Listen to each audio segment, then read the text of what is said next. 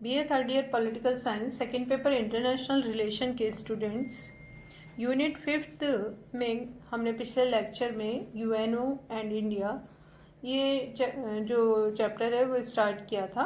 इसी के अंतर्गत आज जो हमारा टॉपिक है वो है संयुक्त राष्ट्र संघ शांति स्थापना में भारत का क्या योगदान रहा है।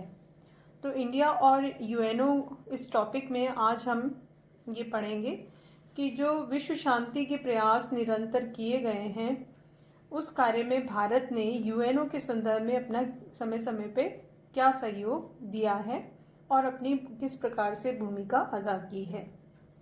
संयुक्त राष्ट्र संघ का चूँकि मूल उद्देश्य ही विश्व शांति है, अंतर्राष्ट्रीय शांति सुरक्षा बनी रहे, ये हमेशा यूएनओ का उद्देश्य रहा है। इसी को लेकर इसका गठन हुआ है।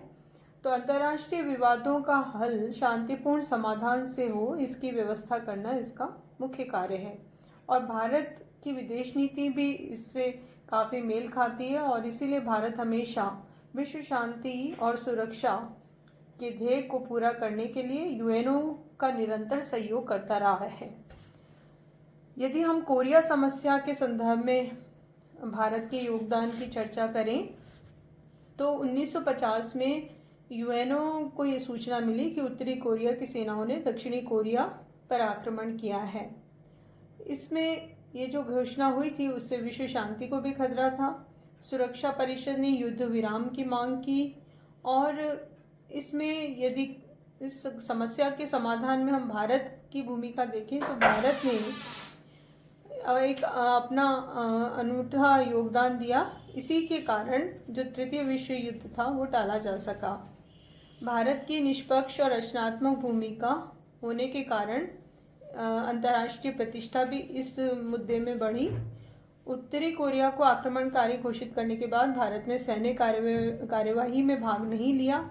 भारत ने युद्ध में तटस्थता की नीति का अनुसरण किया और मध्यस्थता की नीति को प्राथमिकता दी।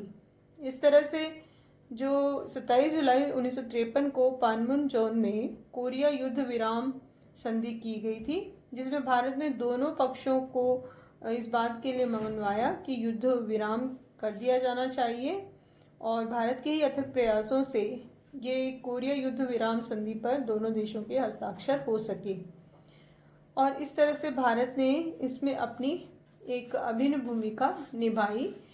इस समय भारत के जनरल थे थिमैया, उनका योगदान अत्यधिक रहा। तटस्थ राष्ट्रों के आयोग के अध्यक्ष के रूप में भारत पर 3 उत्तरदायित्व दिए गए थे। भारत इस आयोग का अध्यक्ष नियुक्त हुआ और इसे आयोग के कार्य पूर्ण कराने का भार सौंपा गया। भारत को युद्ध बंदियों की देखभाल और सुरक्षा का भार दिया गया और रेड क्रॉस दल को युद्ध बंदियों से संबंधित चिकित्सा कार्य सौंपे गए। इस रेड क्रॉस दल ने मिलकर अनेक कार्य किए थे और इसके द्वारा एक अहम भूमिका भारत ने निभाई। इसके साथ ही कोरिया में भारत ने अत्यधिक महत्वपूर्ण कार्य किए। दो पक्षों के मध्य युद्ध विराम को लेकर जो तनाव था, भारत ने तटस्थ और गुटनिरपेक्षता की नीति के आधार पर इसे कम किया और इसके कारण विश्व में भारत की अत्यधिक प्रशंसा भी हुई। दूसरी जो समस्या रही वो थी हिंद चीन की समस्या। हिंद चीन को लेकर भी भारत की भूमिका अहम रही है। दक्षिणी जो द्वितीय विश्व युद्ध से पूर्व अगर हम देखें तो हिंद चीन पर फ्रांस का अधिकार था, लेकिन युद्ध में जापान ने जीत लिया इसे। जापान के आत्मसमर्पण के समय हिंद चीन के उत्तरी भाग पर राष्ट्रवादी चीन ने और दक्षिणी भाग पर ब्रिटेन ने अधिकार कर लिया था। फ्रांस ने दक्षिणी भाग ब्रिटेन से प्राप्त किया। वियतनाम में स्वाधीनता प्राप्ति के बाद एक संस्था स्थापित हुई जिसने फ्रांस से मुक्ति पाने के लिए संघर्ष किया। चीन में साम्यवादी शासन स्थापित होने से वहाँ साम्यवादी सहयोग के आधार पर फ्रांस की सेनाओं पर भयंकर आक्रमण किए गए। साम्यवादी प्रसार को रोकने के लिए अमेरिका ने फ्रांस की सहायता की। ये युद्ध 5 वर्ष तक चला और 1954 को अमेरिकी सीनेट ने हिंद चीन के साम्यवादियों के हाथ से जाने से रोकने का दृढ़ संकल्प किया और इस संकटपूर्ण समय में भारत ने युद्ध रोकने के लिए दोनों ही पक्षों के मध्य समझौता कराने के हर संभव प्रयास किए थे। 1954 में जब भारत के प्रधानमंत्री पंडित नेहरू थे, उन्होंने भी इसके हिंद चीन की समस्या के शांतिपूर्ण समाधान के लिए प्रस्ताव रखे, जेनेवा सम्मेलन में अपने विचार व्यक्त किए। 1954 में 54 में ये सम्मेलन जब चला तो अमेरिका की अनिच्छा के कारण भारत इस सम्मेलन का सदस्य नहीं बनाया गया था और भारत ने बाहर रहते हुए शांति प्रयासों में सहायता देने का कार्य किया था। कृष्ण मेनन ने ये महत्वपूर्ण कार्य किया। विभिन्न राष्ट्रों के अध्यक्षों और प्रतिनिधियों से मिलकर उन्होंने मतभेद दूर कराने के प्रयास किए थे। 21 जुलाई 1954 को जेनेवा सम्मेलन में साम्यवादी चीन की उपस्थिति में युद्ध विराम समझौते पर हस्ताक्षर हुए और उसके बाद हिंद चीन की राजनीतिक समस्याओं का समाधान के लिए 3 सदस्यीय एक अंतर्राष्ट्रीय आयोग निर्मित किया गया था और जिसकी अध्यक्षता फिर भारत ने की थी। इसी तरह से 1990 में अगर हम देखें तो कुवैत पर इराक ने हमला किया और संयुक्त राष्ट्र संघ ने खाड़ी संकट का मुद्दा उठाया। भारत ने कुवैत से इराक की फौजों को बिना शर्त वापसी और कुवैत की संप्रभुता और स्वाधीनता की बहाली की मांग की थी। भारत ने सुरक्षा परिषद के संकल्पों के क्रियान्वयन के लिए अंतर्राष्ट्रीय समुदाय का पूरा साथ दिया और अल्टीमेटली फिर कुवैत से इराक को कुवैत खाली करना पड़ा था। तो इसमें भारत की भी एक अहम भूमिका रही। इसी तरह से 1991 में कंबोडिया का मसला उभरा और 1991 को पेरिस में एक व्यापक शांति समझौता हुआ। तब से संयुक्त राष्ट्र ने कंबोडिया में संयुक्त राष्ट्र कार्मिकों की बड़े पैमाने पर तैनाती करने की दिशा में कदम उठाए। कंबोडिया में संयुक्त राष्ट्र अग्रिम दल तैनात किया गया और उसमें भारत ने भी अपनी भूमिका अदा की।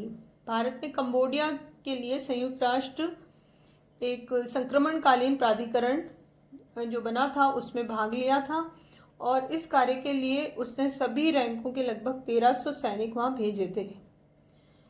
इसी तरह से यदि हम भारत की भूमिका को देखें तो संयुक्त राष्ट्र के कई अन्य कार्यों में भी भारत का अहम योगदान रहा है।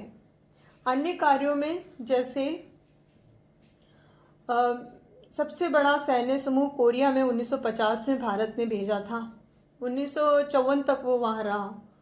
इसी तरह 1954 से 1970 तक भारत ने हिंद चीन में 1000 सैनिक तैनात किए थे। इसी तरह मिस्र, लेबनान, इराक, ईरान में भारतीय शांति सैनिक भेजे गए। 1956 में स्वेज संकट के समाधान के लिए भी भारत ने आपातकालीन सेना में से अपने सैनिक भेजे। कांगो के संकट के समय भारत ने सहयोग किया था यूएनओ का। सोमालिया में संयुक्त राष्ट्र कार्यवाही के लिए लगभग 1955 सैनिकों की एक ब्रिगेड भेजी थी। इसी तरह से भारत ने संयुक्त राष्ट्र को इराक, कुवैत पर्यवेक्षक मिशन और लाइबेरिया में संयुक्त राष्ट्र पर्यवेक्षक मिशन के लिए सैनिक पर्यवेक्षक उपलब्ध कराए थे। बोस्निया और हर्जेगोविना में भी भारत की तरफ से पुलिस पर्यवेक्षक तैनात किए गए थे। भारत ने रवांडा मिशन में भी अपनी बटालियन भेजी थी। लेबनान और हैती में भी भारत ने पूरा सहयोग किया यूएनओ का। सूडान में भारत ने अपनी शांति सेना भेजकर योगदान किया। सियरा लियोन में भी शांति स्थापना के लिए शांति सेना भारत के द्वारा भेजी गई थी। इस तरह विभिन्न विश्व के देशों में जब भी यूएनओ की तरफ से कार्यवाही की गई तो भारत ने अपनी शांति सेना भेजकर अहम भूमिका अदा समय समय पे की है। भारत संयुक्त राष्ट्र शांति स्थापना करने में सबसे बड़ा योगदान देने वाला देश रहा है। ये विश्व का तीसरा बड़ा योगदान देने वाला देश है और अभी तक संयुक्त राष्ट्र सुरक्षा परिषद द्वारा 69 शांति स्थापना मिशनों में 48 में 1,80,000 सैनिकों को भारत भेज चुका है। संयुक्त राष्ट्र शांति स्थापना मिशनों में 7,884 सेनाओं और पुलिसकर्मी नियोजित हैं। शांति स्थापना कार्य में भारत की उपस्थिति में डेमोक्रेटिक रिपब्लिक ऑफ कांगो, दक्षिणी Sudan, Lebanon, Haiti, Liberia, Syria, Israel सीमा पर गोलन हाइट्स शामिल हैं। इस तरह से विभिन्न भारतीय सैनिक और पुलिसकर्मी निरंतर विश्व शांति के यूएनओ के प्रयासों में अपना योगदान देते रहे हैं और दे भी रहे हैं। इसके साथ ही संयुक्त राष्ट्र की निधि में भारत का आंशिक अंशदान रहा है। आर्थिक दृष्टि से भारत विकसित देश नहीं है, बहुत अमीर देश नहीं है, विकासशील देश है, फिर भी भारत यूएनओ के 48 सदस्यों में से एक है जिसने उसके व्यय के लिए यूएनओ में जो भी खर्च होता है उसमें अपने हिस्से का समूचा बकाया अंशदान उसमें चुकाता है और इस राशि से विश्व में कल्याणकारी कार्यों में भी खर्च होता है।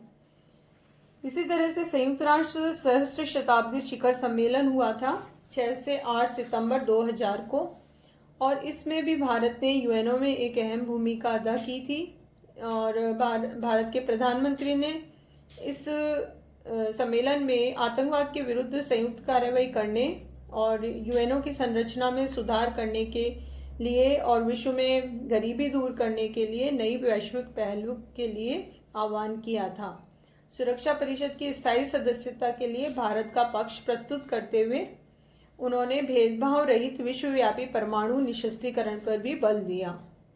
इस प्रकार अगर हम देखें तो भारत ने शांति स्थापना, निशस्त्रीकरण, उपनिवेशवाद का उन्मूलन, नवीन सदस्यों के विश्व संस्था में प्रवेश इत्यादि कुछ और अन्य महत्वपूर्ण प्रश्नों पर हमेशा यूएनओ का सहयोग किया है।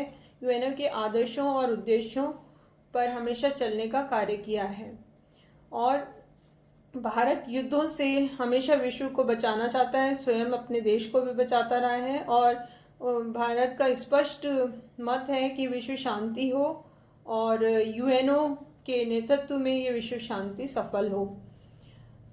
यूएनओ को भारत शांति में कार्यों, वैज्ञानिक अनुसंधानों, आर्थिक सामाजिक कार्यों के लिए एक महत्वपूर्ण अंतर्राष्ट्रीय संगठन मानता है और इसलिए इसके जो भी उद्देश्य हैं उनका उल्लंघन नहीं होना चाहिए और भारत ने इसका कभी उल्लंघन नहीं किया है। इसलिए कश्मीर मसले को भी भारत ने यूएनओ के प्रस्तावों के आधार पर सुलझाने का प्रयास किया और उन प्रस्तावों को स्वीकार भी किया। इस तरह से हमने ये देखा कि विश्व शांति की स्थापना में जो यूएनओ की भूमिका है उसमें भारत का हमेशा से एक अहम योगदान, एक प्रमुख योगदान रहा है।